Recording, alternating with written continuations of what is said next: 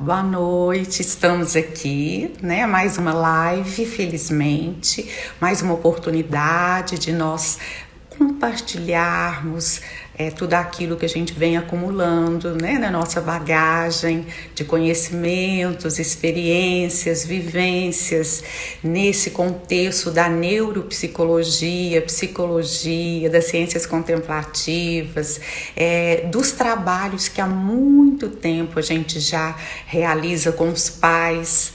Nós realizamos já há bastante tempo o trabalho junto aos professores nas escolas. Então, aquele paciente que a gente atende, normalmente a gente vai à escola, a gente assenta com o professor, orienta, explica o que está acontecendo, como que ele pode ajudar aquela criança, seja no ensino infantil, seja no berçário, seja na creche.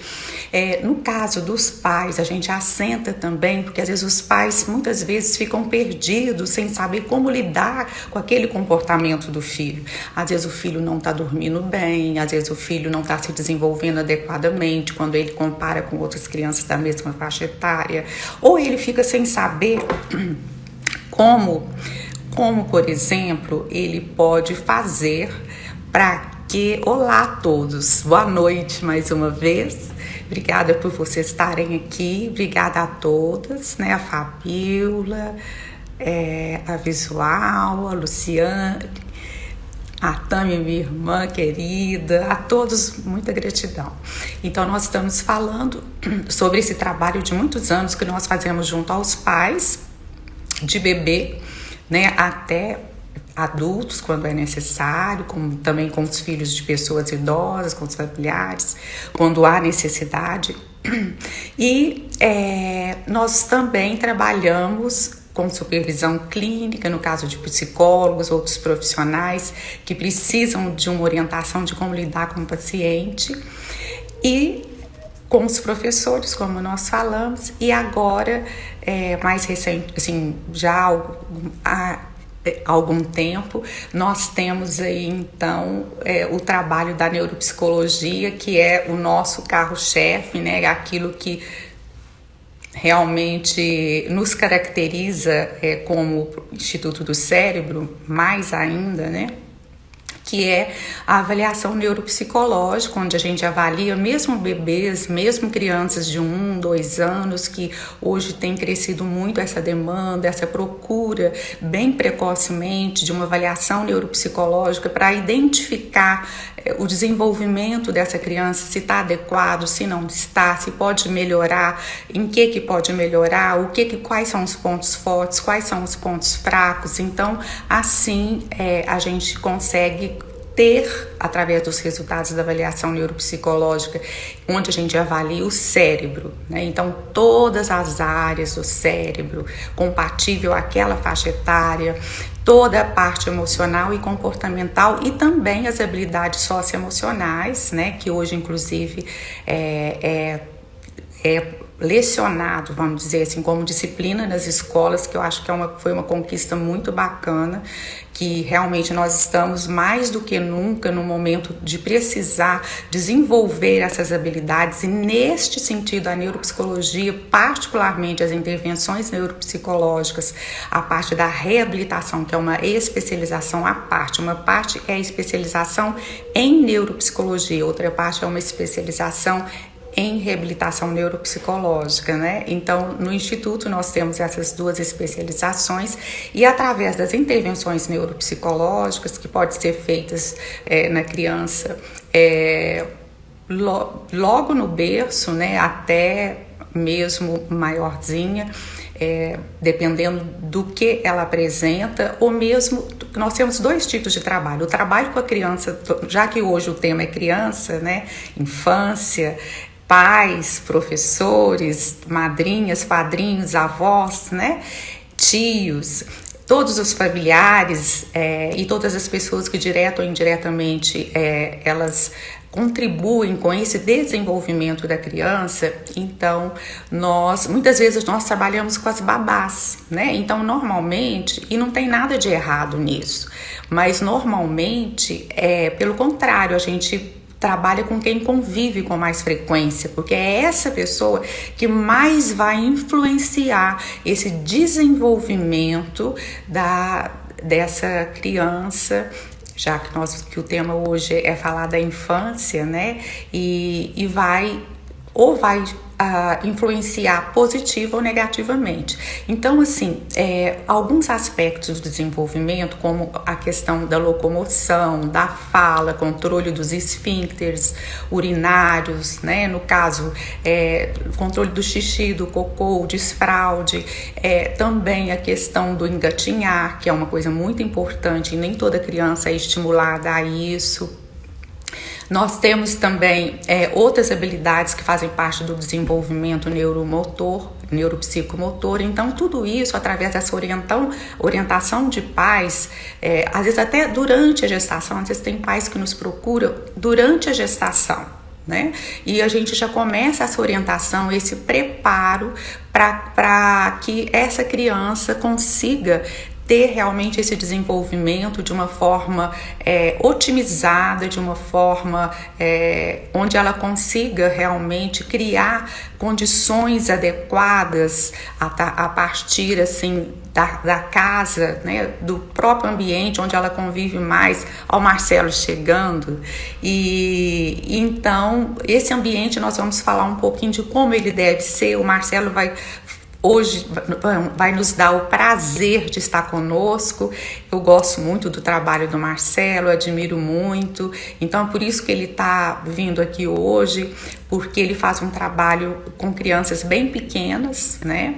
E ele vai falar conosco hoje sobre esse trabalho, sobre algumas situações que os pais têm que estar alertas, que os pais têm que estar, assim, pelo menos se colocar numa posição de estar informado para que ele possa, se não diretamente ajudar no desenvolvimento de algumas habilidades, e pelo menos ele orientar a babá, ele orientar o cuidador, seja avô, quem for o tio, quem for ficar, para que ele possa estar estimulando algumas dessas áreas para que essa criança consiga otimizar sua atenção, a sua memória, sua capacidade de aprendizagem, sua capacidade de organizar, de planejar, a sua capacidade de tomar decisões, resolver problemas, a sua capacidade de leitura e escrita. Isso a gente começa antes, não é só quando que ela já ingressou na escola, né, no ensino infantil. Oi, Marcelo, vamos lá, pode entrar, querido. Que prazer ter você aqui hoje. E aí, então é muito interessante esse trabalho da neuropsicologia, é riquíssimo, é muito complexo, é muito rico. Olá a todos, Flavinha, tanta gente, a Tati, que bom, gente. A gente fica muito feliz com a participação de vocês, a gente fica muito feliz com a presença de vocês, com a contribuição de vocês. É muito bom vê-los aqui, é muito bom tê-los conosco, né? E saber que vocês se interessam, né? Nós temos aqui também o professor, mas não tá dando para entender o nome, né? Depois você coloca aí para nós, pra gente falar seu nome. A Kátia, querida. Que bom, tanta gente, alguns já nos seguem há mais tempo, então a gente já conhece, né? Às vezes nem se conhece, é muito interessante a internet, às vezes a gente não conhece presencialmente a pessoa, mas a gente já conhece, é como se a gente conhecesse, porque essa pessoa está na sala da minha casa, e às vezes eu estou na sala da casa dela também, é muito interessante isso. E ainda bem, né, que esses espaços que nós estamos novos criando, pelo menos eu estou criando, eu nunca tinha feito live, então é muito bacana essa oportunidade de poder compartilhar esses conhecimentos, é muito bacana essa oportunidade de dividir com vocês, é muito bom isso, né? Muito bom mesmo. Mas eu estava falando então, enquanto o Marcelo não chegou ainda, eu vou aproveitar e falar um pouquinho mais desse trabalho que a gente desenvolve. Eu gosto demais de fazer esse trabalho de orientação à paz, né, que é um tipo de psicoeducação.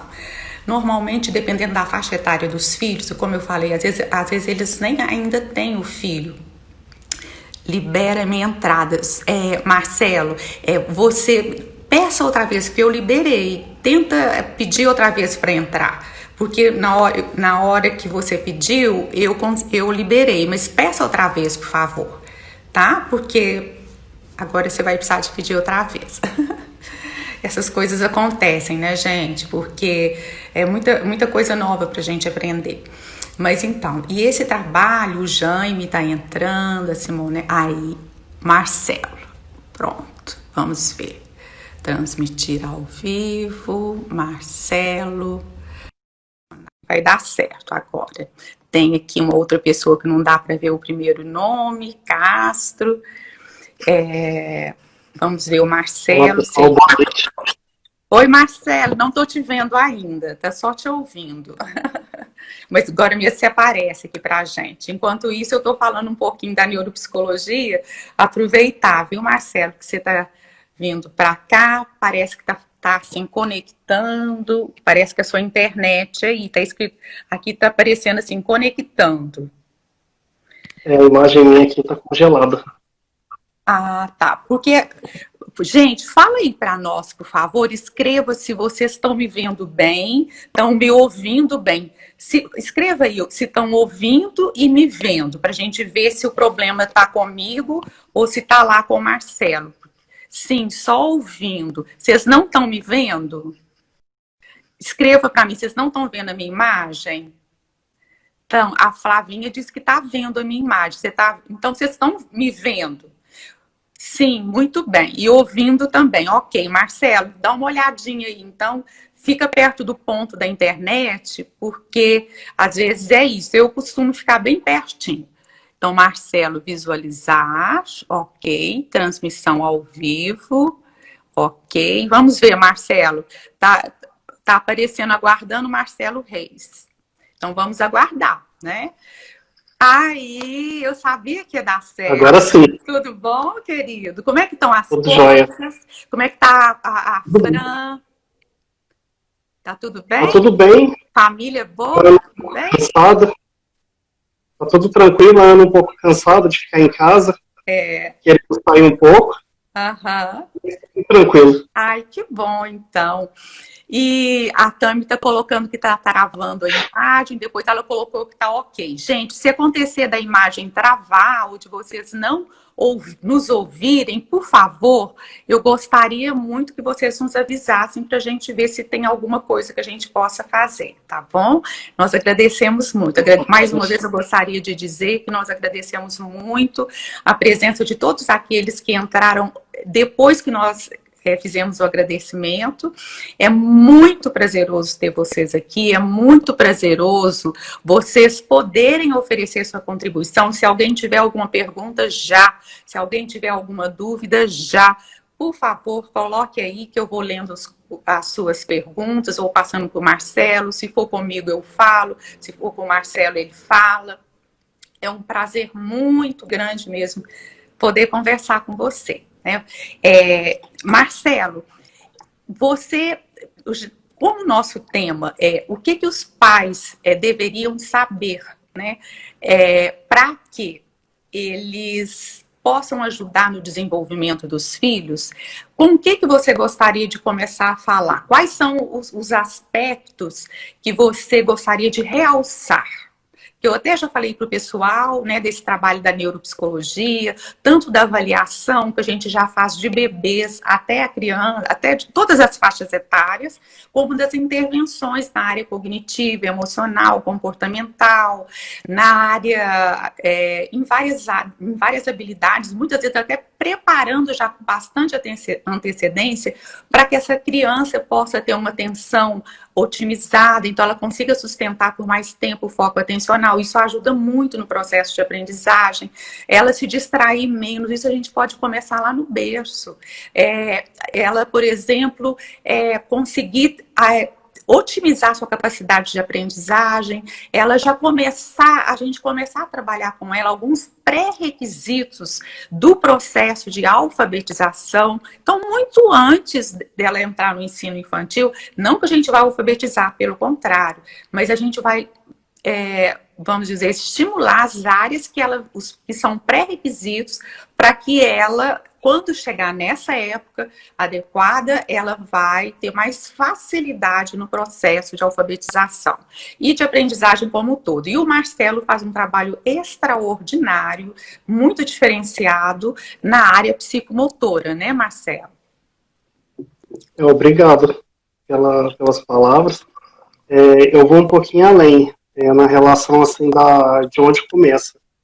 Eu tive a oportunidade de ter contato com uma clínica que faz fertilização.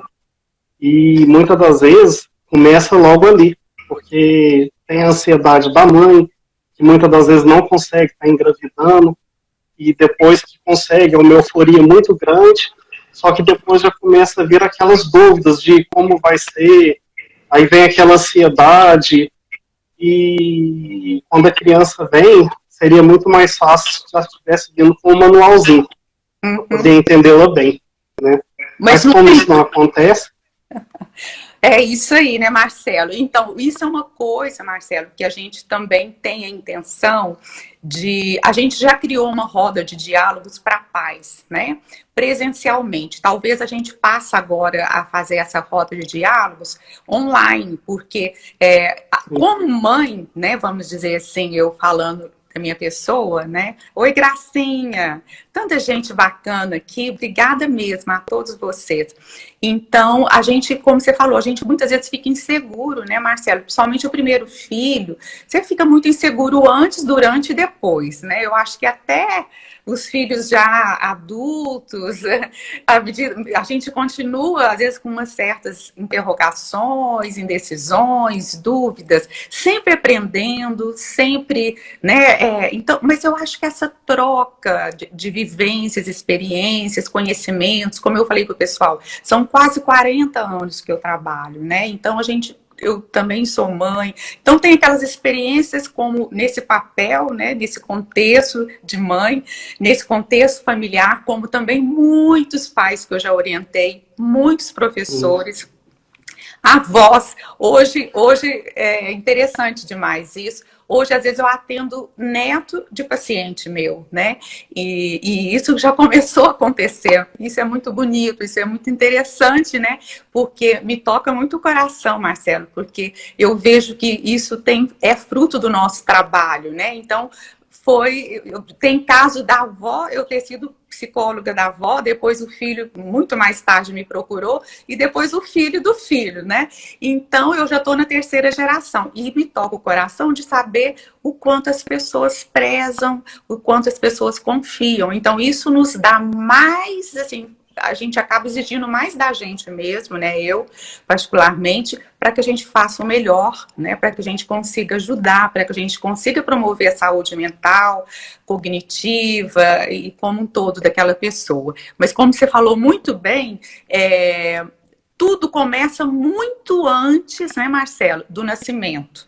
E a gente já fez um trabalho com pais gestantes, eu acho fantástico essa área, assim, eu acho que é uma necessidade criar esse espaço para as pessoas antes, quando elas começam a pensar se elas querem ou não ter filho, estão na dúvida. Eu já atendi casais exatamente porque eles gostariam eles me procuraram como psicóloga para discutir essa questão, se era o momento ou não. Então você vê o cuidado desses pais que fazem um investimento que é breve, né? É mais para facilitar aquela discussão, pontuar algumas coisas, e eles terem mais clareza, mais discernimento desse planejamento que eles pretendem fazer. Então, assim, esse trabalho é lindo demais, né? Brilha os olhos da gente. Mas eu vou deixar o Marcelo falar agora, e depois, Marcelo, eu quero trazer algumas coisinhas aqui e também me fica à vontade. Se não der tempo, eu vou para sua página depois e falo lá, viu, Marcelo? Tá certo. Conforme eu estava falando, quando a criança nasce, não vem o manual de instrução. Exato. Existem vários livros que nos auxiliam muito. Tá? E é muito divertido que, durante essa semana, meu filho conversou com a Fran, perguntando para ela se como que foi quando ele nasceu. E ela foi e falou assim, olha, Marcos, eu comprei um livro para poder estudar bastante, para tentar te prover de tudo que eu conseguisse. E assim foi. Aí ele achou divertido essa questão de estudar para poder receber o filho. Que legal. E esse livro acabou assim, passando para a mão de várias mães, de parentes nossos, e também amigos mais próximos que estavam tendo o primeiro filho. Foi bem bacana. Ai, que legal. Eu também estudei muito, mas eu achei, assim, no meu caso, é que você vê que cada experiência é uma experiência, né? Eu comprei na época, só que tem muitos anos já, né? Meu primeiro filho, e um livro que era o manual na época, né? Para pais, e eu achei que não foi legal essa experiência. Eu acho, na época, né, Marcelo? Veja bem. Eu me senti mais insegura com o livro do que sem o livro, né? Tanto que no meu segundo filho eu já não queria nem saber do livro.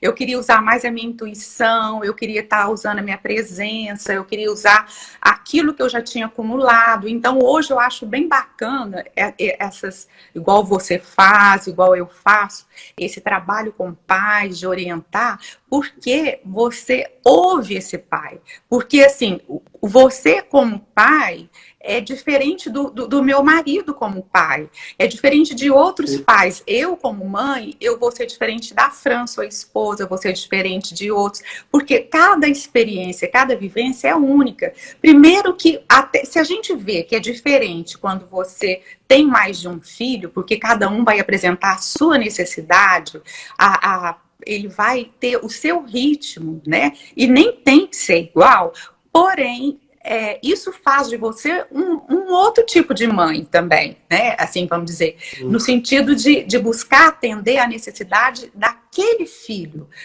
de cada filho, porque cada um demanda um tipo de necessidade, né, Marcelo? Como é que você vê isso? Sim.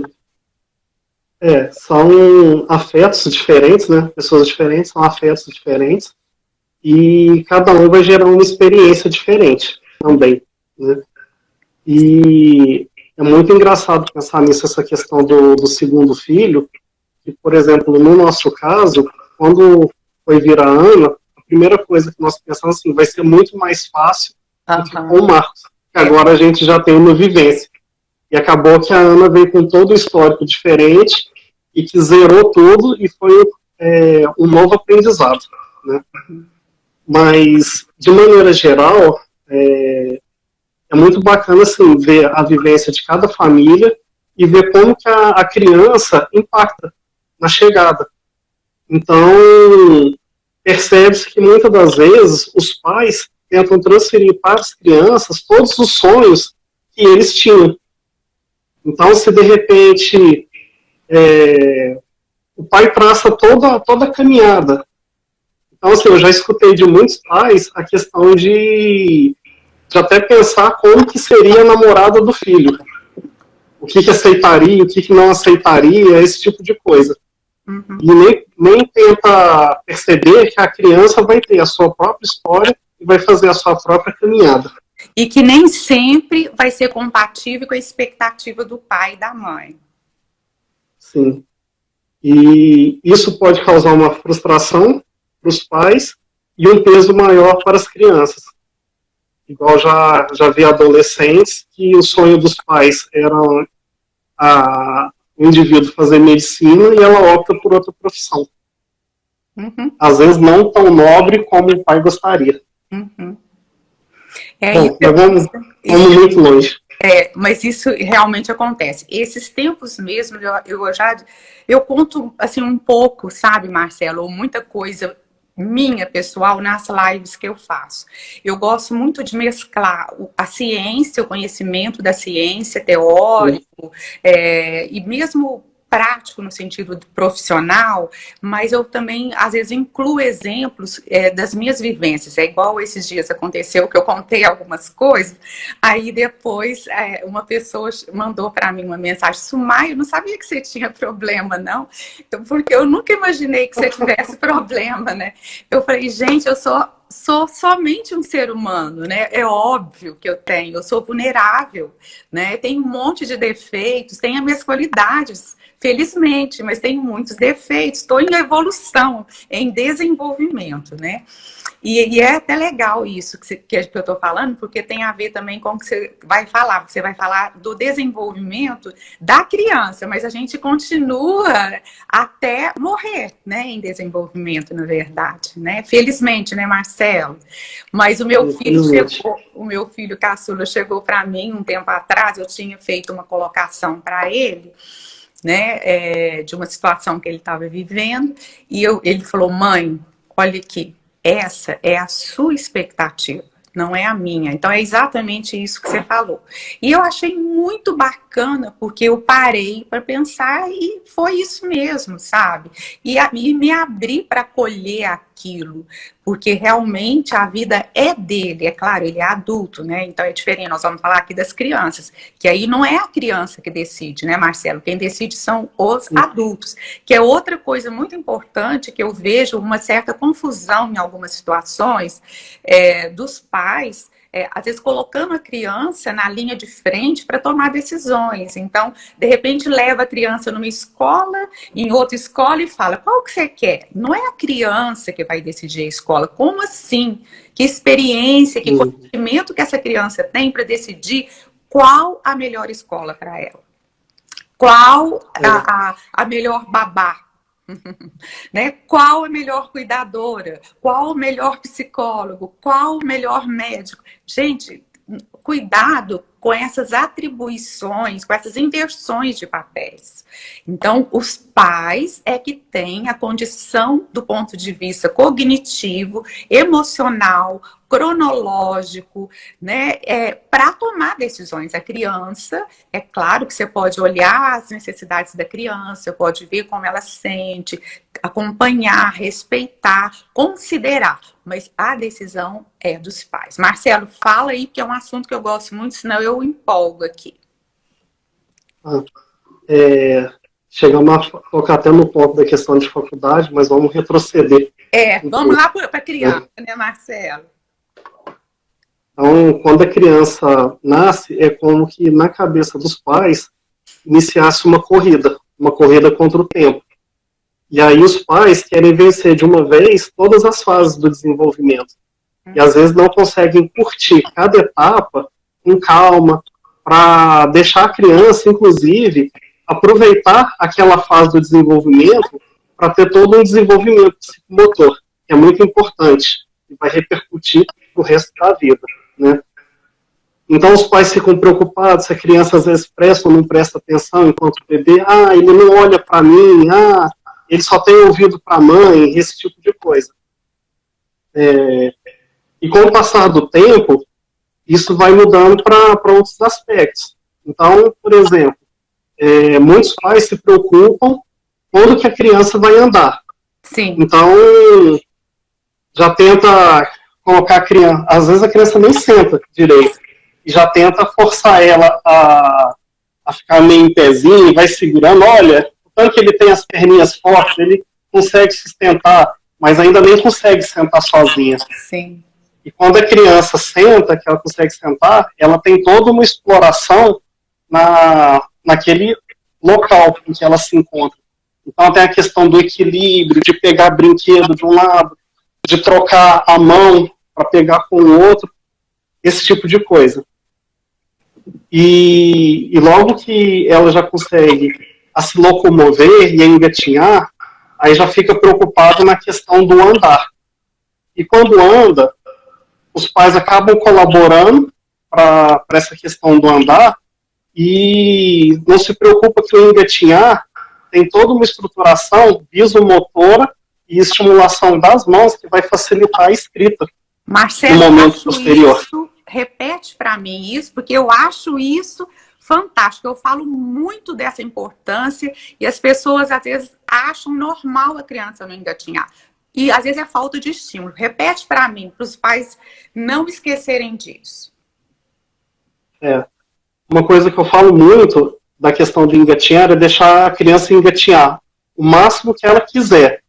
Quando ela achar que ela não vai precisar mais engatinhar, ela própria já vai buscar o andar.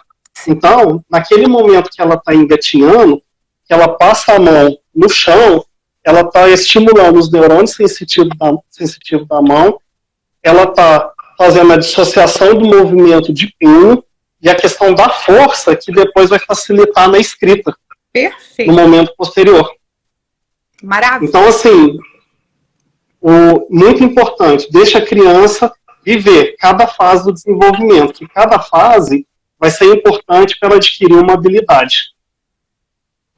Perfeito. E aí, essa é a primeira corrida que os pais fazem. Então, eles se preocupam primeiro da criança andar. Na cabeça de muitos pais, essa questão do andar, para eles, já significa uma primeira autonomia que a criança tem, que no caso é o de deslocamento. Existe a preocupação muito grande. Depois do andar, qual que é a outra preocupação que aparece? É a questão da fala. Aí eles vão preocupar, minha criança não consegue falar, minha criança troca muito fonema, ela fala errado. E aí vai começar uma outra briga, que é a questão da fala.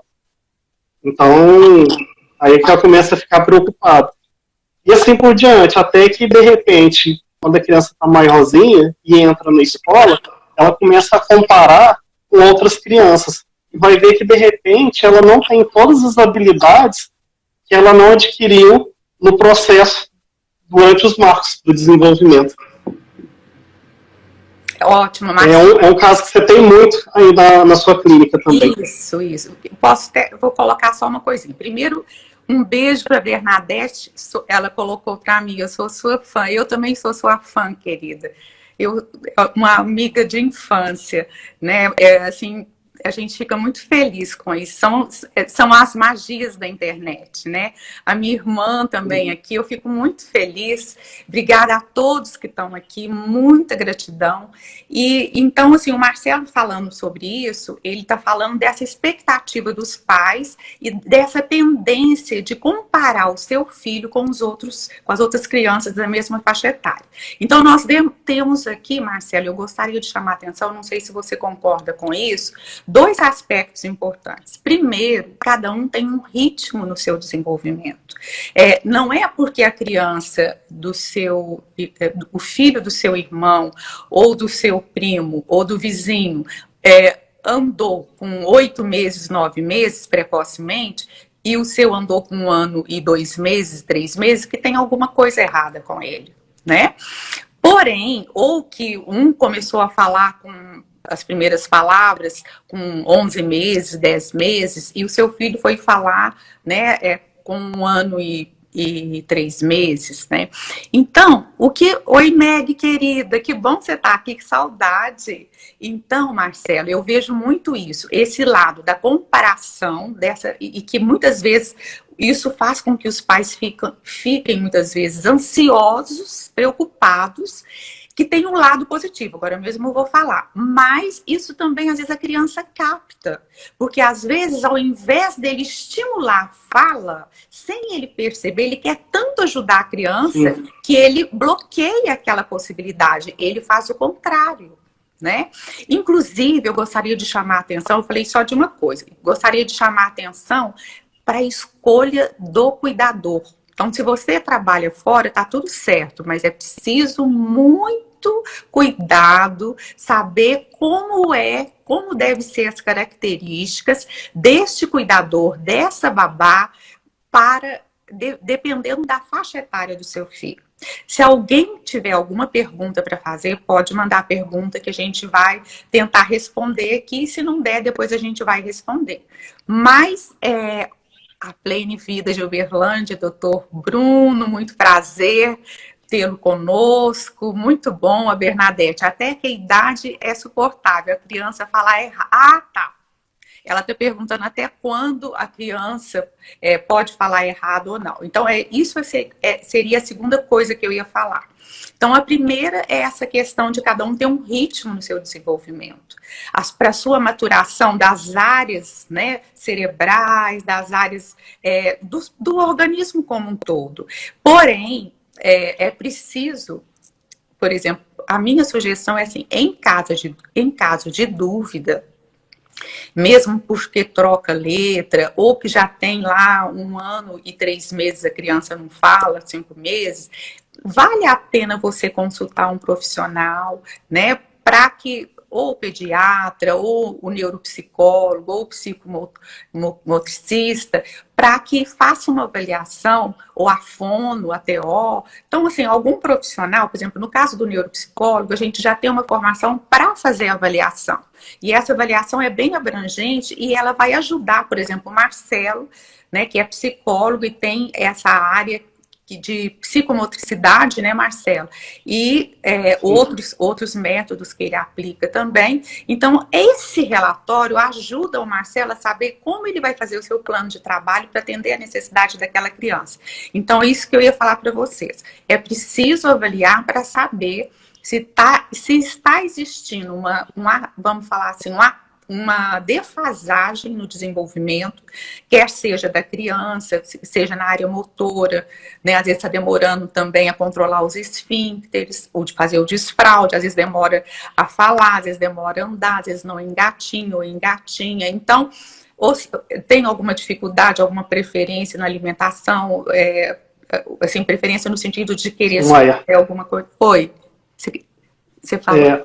A importância do teste também, porque o teste é uma fotografia de momento. Sim. Então, a gente vê em que momento de desenvolvimento a criança se encontra, para ver se ela realmente está em alguma defasagem e poder programar para onde nós queremos levar. Exatamente. Né? E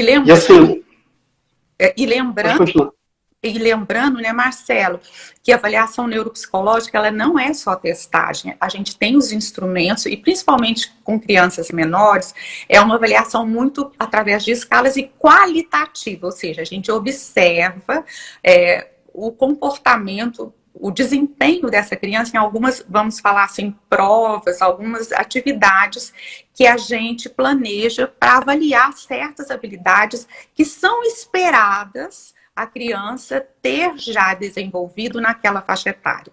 Então, por exemplo, tem muitos pais também que acham a criança bonitinha, a criança falar trocado, falar igual você. Nem vou falar agora, porque não pode falar esse assunto do Maurício de Souza, né? Vocês sabem por quê. Mas, assim, às vezes trocar o R pelo S, às vezes não falar direito ou falar totalmente diferente a palavra, às vezes usar os pais como instrumento para dizer e não pronunciar, não expressar verbalmente. Então, assim, eu falei que cada um tem um ritmo, mas é muito importante estar alerta para esses sinais. Se está havendo uma demora na fala, quando você mesmo pode comparar. Sim, não é que não possa comparar, deve comparar, mas não uma questão, é importante você ter exatamente essa noção, porque de o que é esperado em cada fase, para você saber se deve ou não procurar um profissional para primeiro entender o que está acontecendo. Não, pode ficar tranquilo, mãe ou pai, que ele está indo bem, é só uma questão de pouco tempo, ele já vai conseguir desenvolver essa habilidade. Ou, não, vocês vão fazer isso, isso e isso, traga sua babá para ser orientada, que é ela que fica com ele. Então, por exemplo, tem criança... Maia, pode falar. Só para não ficar perdido também, essa questão do cuidador, tá?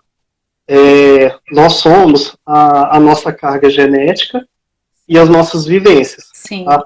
Então, assim, os pais têm que observar muito como que é o trato do cuidador com a criança. Sim. Existem muitos casos que os cuidadores, após a saída dos pais, eles restringem o espaço da criança e a criança não vai conseguir explorar os objetos.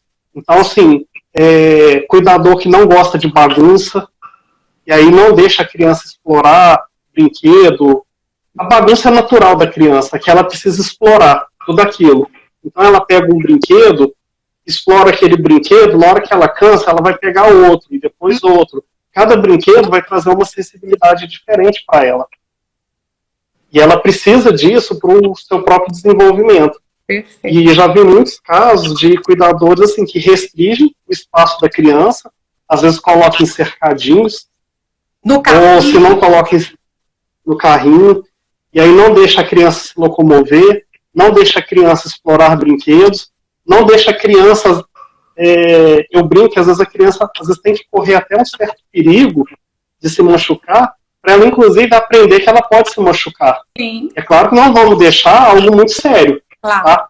Mas uma pequena queda, entendeu? Você observa, vê a criança tentando, por exemplo, subir uma escada ou descer uma escada, vê se ela não vai cair. Mas essa tentativa dela tem que deixar a criança aprender também, faz parte do desenvolvimento dela. E muitos cuidadores privam e atrapalham no desenvolvimento. Uhum. Isso mesmo. E eu, por exemplo, como eu gosto de dar exemplo pessoal, eu vou falar para vocês. Uma coisa que eu sempre, isso na época dos meus filhos, mas eu ainda oriento os pais nesse sentido, porque a gente faz muito trabalho de orientação a pais, né? E no caso, eu acho que tem algumas características no perfil desse... Oi, Ana, tudo bem, querida? A gente tem uma característica no perfil desse cuidador da criança que são... Eu considero como neuropsicóloga muito importante. Primeiro, uma pessoa que, igual o Marcelo falou, que goste de criança, que tenha paciência com criança, que goste de conversar ou cantar. Isso é imprescindível para estimular a fala. Que realmente coloque... Eu sempre falava isso. Primeiro o meu filho, depois a casa, né? Na época eu morava num apartamento bem pequenininho, mas eu lembro sempre de falar isso. Eu chegava... Uma vez eu contratei uma babá, porque essa que estava, essa primeira, ela não pôde, foi casar, etc, saiu, e a segunda, eu cheguei em casa, ela estava arrumando coisas na cozinha com meu filho no carrinho. Foi assim, primeiro, é claro, eu fazia entrevista, olhava, observava, aí já demitir, porque eu vi que não era o caso. Porque primeiro a criança, depois o restante. Porque, como o Marcelo falou muito bem, a criança só vai desenvolver inteligência se ela puder interagir com o meio ambiente. Então, ela tem que subir, ela tem que trepar, ela tem que jogar uma coisa. É claro, não estou dizendo que os enfeites, que ela tem que ter um local para ela ter liberdade também. Não estou falando que tem que tirar todos os enfeites do lugar, mas ela tem que ter alguma coisa para ela manipular. Normalmente ela coloca na boca, então é preciso higienizar. Não nada exagerado, mas eu falo assim, ela precisa, porque ela tem essa tendência de levar a boca, porque ela está na fase de desenvolver o cérebro, as funções cognitivas, a partir dos sentidos, né, Marcelo? Então, ela Sim. é do tato, da gustação, do paladar, da audição. Então, ela precisa desses estímulos, ela precisa de um ambiente enriquecido. Então, quanto mais enriquecido o ambiente, o que é ambiente enriquecido? Com estímulos diversificados. Agora, isso não significa muita coisa, porque as pessoas às vezes confundem. Às vezes você chega na casa da pessoa, tem brinquedos esparramados para a casa inteirinho. Gente, isso não é necessariamente a melhor forma de ajudar o cérebro a desenvolver, porque às vezes você está, sem perceber, você não está ajudando no desenvolvimento da habilidade executiva ligada ao lobo frontal, que é a organização, que é o planejamento. Eu não estou dizendo que a criança nessa fase vai ter essa habilidade desenvolvida, mas ela precisa de estímulos para isso. Então ela tem que saber guardar as coisas no lugar depois, de uma forma lúdica, leve, não precisa de ser pesado. Coloca um brinquedo de cada vez, deixa ela explorar bem, né, Marcelo? Para depois trocar o brinquedo. Tem pessoas que a criança vai ficando ansiosa, inquieta, porque tira um, põe outro, desce tudo quanto é brinquedo para a criança, então ela acaba ficando ansiosa também, fica excitada. O que você acha, Marcelo? Deixa o Marcelo falar um pouquinho aí. Eu concordo com tudo que você disse. Normalmente, assim, o que eu indico é não deixar ela com vários brinquedos, mas deixa, por exemplo, 4 ou 5, que ela tenha disponibilidade de, eventualmente, ela tá trocando de um por outro. Tá? E pensando assim na questão do desenvolvimento, para chegar na fase escolar, é muito importante também, conforme a criança vai brincando, a gente dá significado para algumas coisas. Então, por exemplo, se a criança pega um brinquedo que está no chão e coloca sobre o rack, você colocou o brinquedo em cima do rack, você colocou o urso dentro da gaveta, começar a nomear. A criança, conforme você vai nomeando, e ela percebe que aquelas palavras possuem algum sentido, ela vai captar aquilo. Uma vez eu li um texto do Bakhtin que eu achei muito interessante. Ele falava assim que nós não ensinamos nada, nós emprestamos significados. Até que um dia a criança, você empresta ela, ela te devolve. E é muito isso mesmo. É tá? isso mesmo. E quando ela te devolve... Pode falar. Eu estava só falando, eu queria só falar isso, que eu acho fundamental o que você falou. Então, essa questão, eu orientava as pessoas que cuidavam dos meus filhos para elas narrarem, quer dizer, verbalmente, expressar verbalmente, narrarem tudo que elas estavam falando. Olha, eu tô pegando a vassoura agora, eu vou limpar aqui, você fica aqui esperando. Às vezes pegava um outro brinquedinho para limpar, alguma coisa para fazer, para ajudar, porque aí naquela limpeza daquilo que ele estava fazendo, ele estava desenvolvendo as habilidades também motoras, né, até movimento motor fino. Então, assim, essa questão que o Marcelo falou, eu queria só chamar a atenção, contar história, mesmo que a criança seja pequenininha, né, Marcelo? Sim, o cantar é muito importante, porque a criança vai aprendendo muito com o cantar. Então, por exemplo, quando ela é palma, palma, palma, pé, pé, pé, você já está dando ideia para a criança de consciência corporal também. Sim. E ela vai tocar, ela vai vivenciando aquela música, e com a música ela vai aprendendo muito. Sim. Então, tem música que fala mão direita, mão esquerda. Sim. Então, o aprendizado passa muito pela música também. E é um aprendizado gostoso. Não é aquela coisa chata, impositiva. Não, ela está cantando, ela está alegre e está absorvendo tudo aquilo. E é aprendizagem, né? Ver quantas áreas do cérebro você recruta nessa atividade dela. Primeiro te imitar a cantar, depois começar a verbalizar algumas palavras, depois a frase, né? Então, quer dizer, você não tem que estar preocupado se a criança está falando para você conversar com ela. Pelo contrário, você tem que falar o tempo todo, né? Mas de uma forma tranquila, serena, para não ficar, né, assim, estimulando. E também ver o horário que você está falando. Eu sempre gosto de falar isso. Eu acho que tipo 6 horas, 7 horas, aí a criança tem que mudar, né, Marcelo? Um pouquinho as atividades para que ela possa ter um sono de qualidade depois. Porque tem crianças que ficam acordados até muito tarde. A criança tem uma necessidade, todos nós temos necessidade do sono. Passou uma pergunta aqui que eu não vi. Depois eu vou ver aqui a fase das perguntas, o que é isso, para que exatamente, Bernadette. Narrei tanto a Fran, que eu fazia, ou ela estava fazendo agora. Ai, que legal, que legal. Mas é muito importante. Isso aconteceu aqui também, Franciele. É muito bacana. Isso aí, gente, é fundamental. Então, é falar. Então, se você próprio cuida do seu filho, então vai falando o que você está falando. Mamãe vai colocar aqui agora, eu vou fazer almoço, coloca na cadeirinha perto de você enquanto você está fazendo, vai falando o que você está pegando, vai cortar. Narre, igual jogador de futebol, vai narrando, né, Marcelo? Fala aí, Marcelo. Inclusive, assim, além da questão do aprendizado que tem na música, tem todo um afeto e vínculo que vai criando, tá, da criança com o cuidador. Tá? E impressiona muito esse tipo de coisa que muitas das vezes troca o cuidador e a criança sente muito. E muitas das vezes os pais não fazem isso.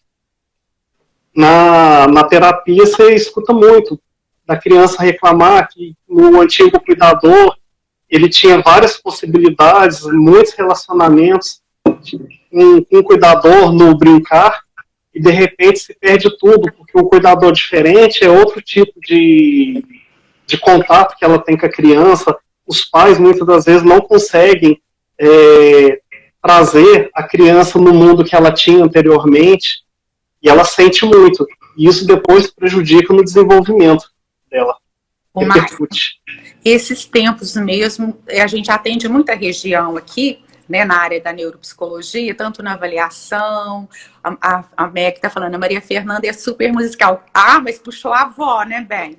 Só pode, deve dançar, deve conversar, deve... Ainda bem que ela tem essa avó, né? Porque, vou te contar, ela está em ótimas mãos nesse sentido. Que gracinha, ela deve estar linda. Faz tempo que eu não a vejo. Marcelo, mas uma coisa muito, assim, que eu acho interessante de estar colocando aqui é a importância a Bernadette, ela adora ajudar, tudo ela quer fazer, até os afazeres da casa, e isso é muito importante.